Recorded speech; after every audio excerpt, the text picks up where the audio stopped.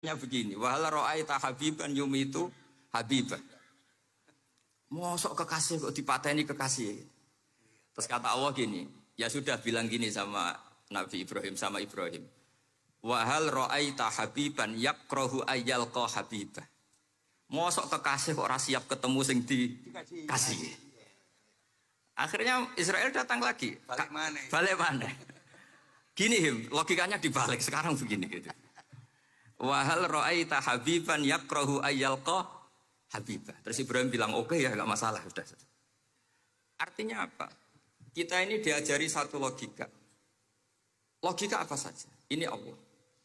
Sehingga ya memang normalnya hidup tuh cerdas. Kata Ghazali cerdas nyikapi apa? Realitas. Ini penting saya utarakan. Saya punya sekian contoh kecerdasan para nabi. Saya berkali-kali cerita, nabi yang sezaman itu sebetulnya 3, tapi yang ilmunya level itu hanya 2. Karena ada yang sezaman yaitu Ibrahim dan Lut. Tentu tidak level karena Nabi Lut itu pernah keponakan Nabi siapa? Ibrahim.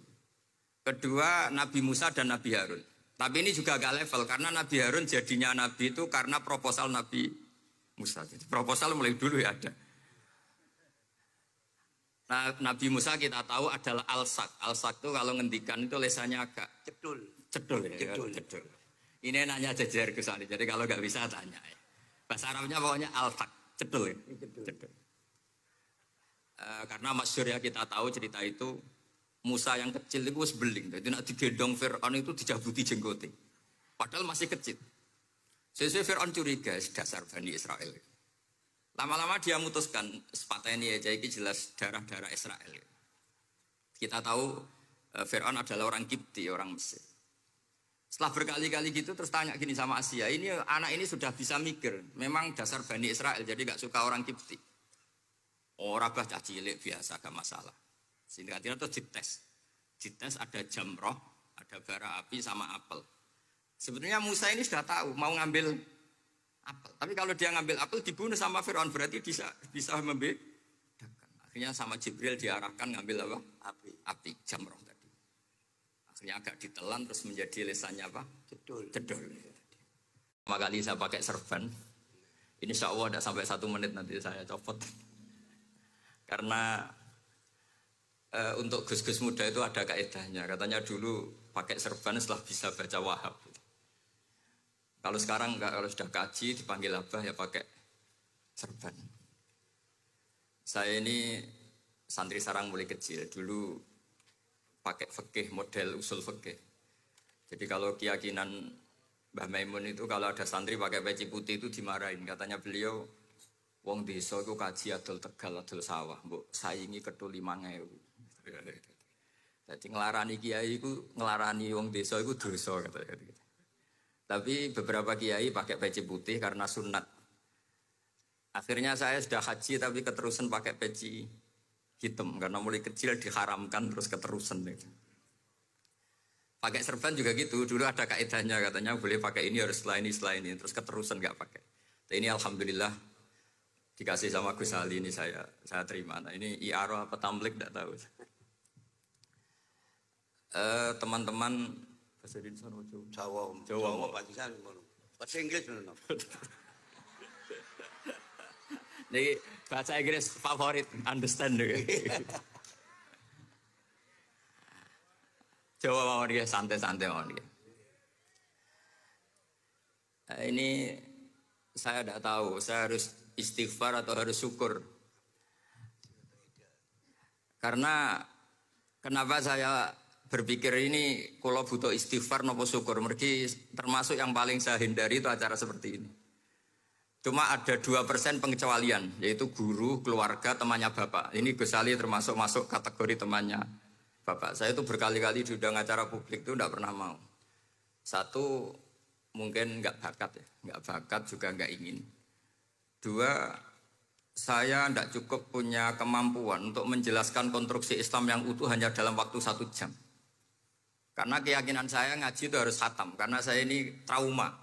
Kalau ngaji di depan, musannad bilang, kama sayati, sebagaimana yang akan datang. Setelah belajar di belakang, kama sabakoh, seperti yang sudah kelewat.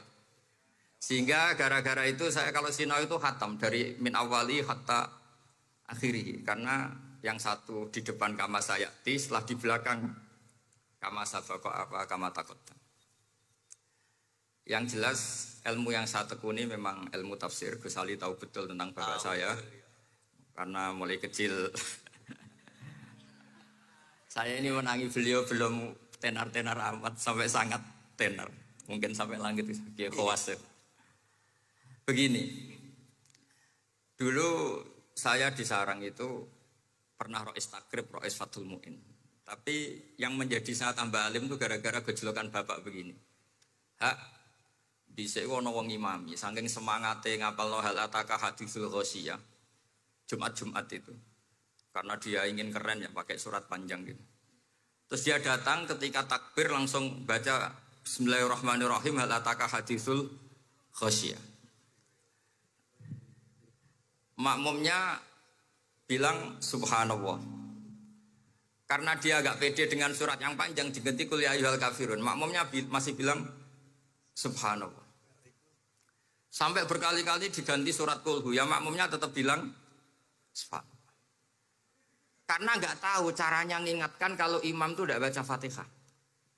Karena ada satu cara yaitu kon ngelingno ngangge napa? Subhanallah. Akhirnya wonten makmum sing nekat ora maca Fatihah. Nah, pertanyaan bapak saya, kamu harus berani ijtihad. Merubah hanya satu pakem mengingatkan imam itu pakai subhanallah. Karena kalau kasus seperti ini nggak cukup diingatkan subhanallah. Niki adik-adik kira-kira batal mboten ngelingno imam muni ora maca Fatihah. Kalau sampean bilang batal berarti nggak ada solusinya.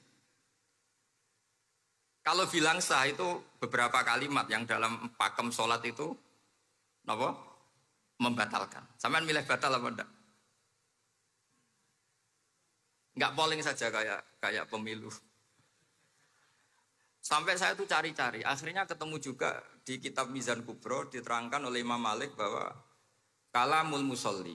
Musolli itu ngomong, kalau itu manfaat, tapi jangan ditiru loh ya. Dan darurat, ya, dan darurat, maka itu boleh dan tidak membatalkan sholat. Misalnya imam sholat kemudian di bawahnya ada bom atau ada ular kobra. Kalau nggak ada cara ya mau tidak mau harus diingatkan pakai kalimat. Karena kalau subhanallah tok nanti gonta-ganti surat saja. Tahu-tahu mati dipatok ular apa? Kobra. Sehingga dari gejolokan-gejolokan seperti itu akhirnya saya berpikir. Sampai saya nyari kitab-kitab Al-Madzhabul Arba'ah. Karena memang nggak cukup. Terus pertanyaan kedua kata bapak saya tentang tradisi misalnya orang-orang kampung kalau bikin batu bata itu dari tanah, kemudian kadang makjunun bisirjin, kadang dicampur dengan apa? Sirjin. Nggak usah diterjemah ini sambil latihan bahasa Arab katanya. Masa pondok internasional nggak bisa bahasa Inggris sama bahasa Arab? Makjun ya. Ternyata mazhab Syafi'iyahnya membolehkan atau menganggap alat tohara itu dua, alma wa turab. Tapi ternyata dalam mazhab Hanafi termasuk alatut tathhir atau alatut tohara itu annar, yaitu api. Alasan Abu Hanifah, orang mukmin yang banyak dosanya itu untuk masuk surga itu disucikan dulu di neraka. Artinya annar itu al-mutahhirah. Nar itu gunanya mensucikan. Sehingga batu bata karena sudah mengalami proses dibakar, maka berarti suci meskipun makjunun bisirjin. Ya tapi jangan pakai tayamum, pakai apa? Nah, jadi kalau Anda mandi junub atau nggak punya wudhu, kalau nggak ada turab sama apa? Air, ada solusinya yaitu wudhu pakai nar. Tapi itu jelas haram itu kalau itu karena nggak mungkin nggak ada turab itu nggak mungkin. Sehingga ini penting gejolokan-gejolokan para ulama, para guru ini penting. Karena ternyata para nabi itu menjadi pinter itu ya karena digojlok pangeran. Saya punya sekian contoh di kitab-kitab para wali. Ketika datang malakul mauti ke Nabi Ibrahim dan akan mengambil nyawanya itu Nabi Ibrahim tangklek, kowe sapa? Aku malaikat. Ono apa? Ditugasno pangeran mencabut nyawa Anda. Terus kata Nabi Ibrahim, apa kamu tahu saya ini siapa? Ya tahu, Anda Khalilur Rahman, kamu kekasih Allah. Terus kata Nabi Ibrahim, hal ra'aita habiban yumitu habibah. Masa ada kekasih membunuh yang dikasih? Pasti Anda salah. Ya karena malaikat nggak pernah ngaji di sini, di progresif ini. Dia tidak bisa jawab. Akhirnya, niki kalau pamit, niki kalau sembuh niki cekap. Niki cekap. Bingung, betul kulino nih bingung.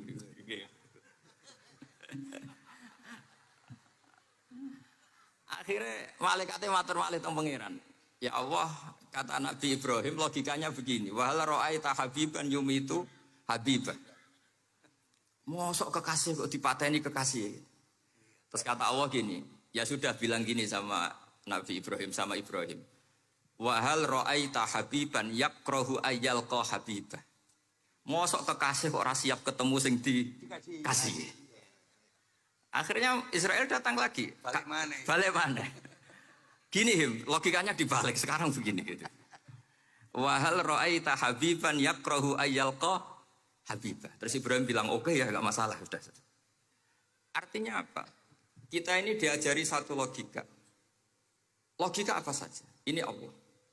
Sehingga ya memang normalnya hidup tuh cerdas. Kata Ghazali cerdas nyikapi apa? Realitas. Ini penting saya utarakan, saya punya sekian contoh kecerdasan para nabi. Saya berkali-kali cerita, nabi yang sezaman itu sebetulnya 3, tapi yang ilmunya level itu hanya 2. Karena ada yang sezaman yaitu Ibrahim dan Lut, tentu tidak level karena Nabi Lut itu pernah keponakan Nabi siapa? Ibrahim. Kedua, Nabi Musa dan Nabi Harun. Tapi ini juga agak level karena Nabi Harun jadinya Nabi itu karena proposal Nabi Musa. Jadi proposal mulai dulu ya ada. Nah, Nabi Musa kita tahu adalah al-sak. Al-sak itu kalau ngendikan itu lesannya agak cedul ya. Cedul. Ini nanya jajar ke sana. Jadi kalau nggak bisa tanya ya. Bahasa Arabnya pokoknya al-sak. Cedul ya. Cedul. Karena masyhur ya kita tahu cerita itu Musa yang kecil itu beling. Jadi nak digendong Fir'aun itu dijabuti jenggote. Padahal masih kecil. Sesuai Fir'aun curiga dasar Bani Israel. Lama-lama dia memutuskan sepatahnya aja ini jelas darah-darah Israel. Kita tahu Fir'aun adalah orang Kipti, orang Mesir. Setelah berkali-kali gitu terus tanya gini sama Asia, ini anak ini sudah bisa mikir, memang dasar Bani Israel jadi gak suka orang Kipti. Orang bah cilik biasa gak masalah. Sehingga terus dites ada jamroh, ada bara api sama apel. Sebetulnya Musa ini sudah tahu mau ngambil apel. Tapi kalau dia ngambil apel dibunuh sama Fir'aun berarti bisa membedakan. Akhirnya sama Jibril diarahkan ngambil apa? Api jamroh tadi. Akhirnya agak ditelan terus menjadi lesannya apa? Cedul.